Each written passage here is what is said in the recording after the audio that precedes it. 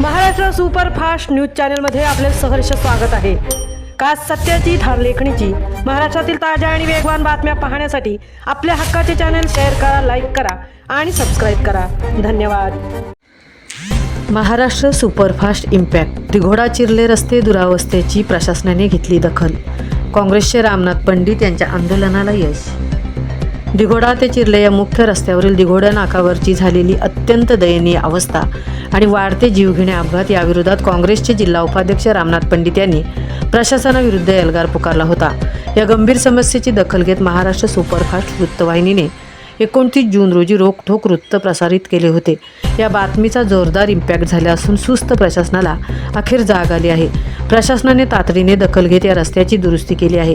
मात्र ही केवळ तात्पुरती मलमपट्टी नको तर पुढे चांगला आणि दर्जेदार रस्ता व्हावा अशी आग्रही मागणी आता जनतेतून होत आहे। या दिघोडा चिरले रस्त्यावर खड्ड्यांमुळे दररोज लहान मोठे अपघात घडत आहेत। ज्या दिवशी काँग्रेस जिल्हा उपाध्यक्ष रामनाथ पंडित यांनी प्रशासनाला जाहीर आव्हान दिले त्याच दिवशी या धोकादायक रस्त्यावर 2 युवकांचा भीषण अपघात झाला होता। सुदैवाने हे दोन्ही युवक अपघातातून बचावले होते। यापूर्वीही अनेक वाहन चालक येथे जखमी झाले असून हा रस्ता मृत्यूचा सापळा बनला होता। युवकांचा झालेला अपघात आणि रामनाथ पंडित यांनी उठवलेला आवाज यानंतर महाराष्ट्र सुपरफास्ट चॅनेलने या बातमीला प्रामुख्याने दिलेले स्थान चॅनेलचे थेट प्रशासकीय अधिकाऱ्यांच्या डोळ्यात अंजन घातल्यामुळे अखेर 9 दिवसातच प्रशासनाने हे काम हाती घेतले। हा थेट महाराष्ट्र सुपरफास्टच्या पत्रकारितेचा आणि रामनाथ पंडित यांच्या पाठपुराव्याचा मोठा विजय मानला जात आहे। सध्या प्रशासनाने रस्त्यावरील खड्डे बुजवून तात्पुरता दिलासा दिला असला तरी नागरिकांमध्ये अजूनही संताप आहे। दरवर्षी पावसाळ्यात अशीच मलमपट्टी केली जाते।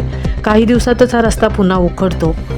2 युवकांच्या अपघाताची घटना ताजी असल्याने आता फक्त थातुरमातुर खड्डे बुजवून न थांबता या मार्गाचे कायमस्वरूपी दर्जेदार काम करावे अशी मागणी जनतेतून होत आहे।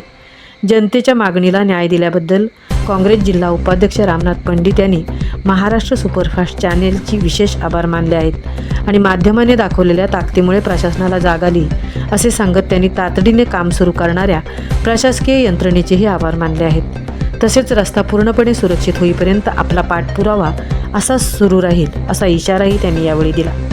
महाराष्ट्र सुपरफास्टसाठी तृप्ती भोईर।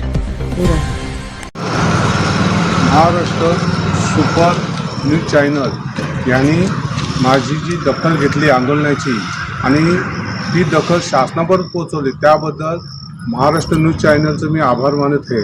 तसेच शासनानेही त्वरित लक्ष घालून जे रोडचं काम चालू केलं त्याबद्दल शासनाचाही आभार एवढं इथे थांबतो।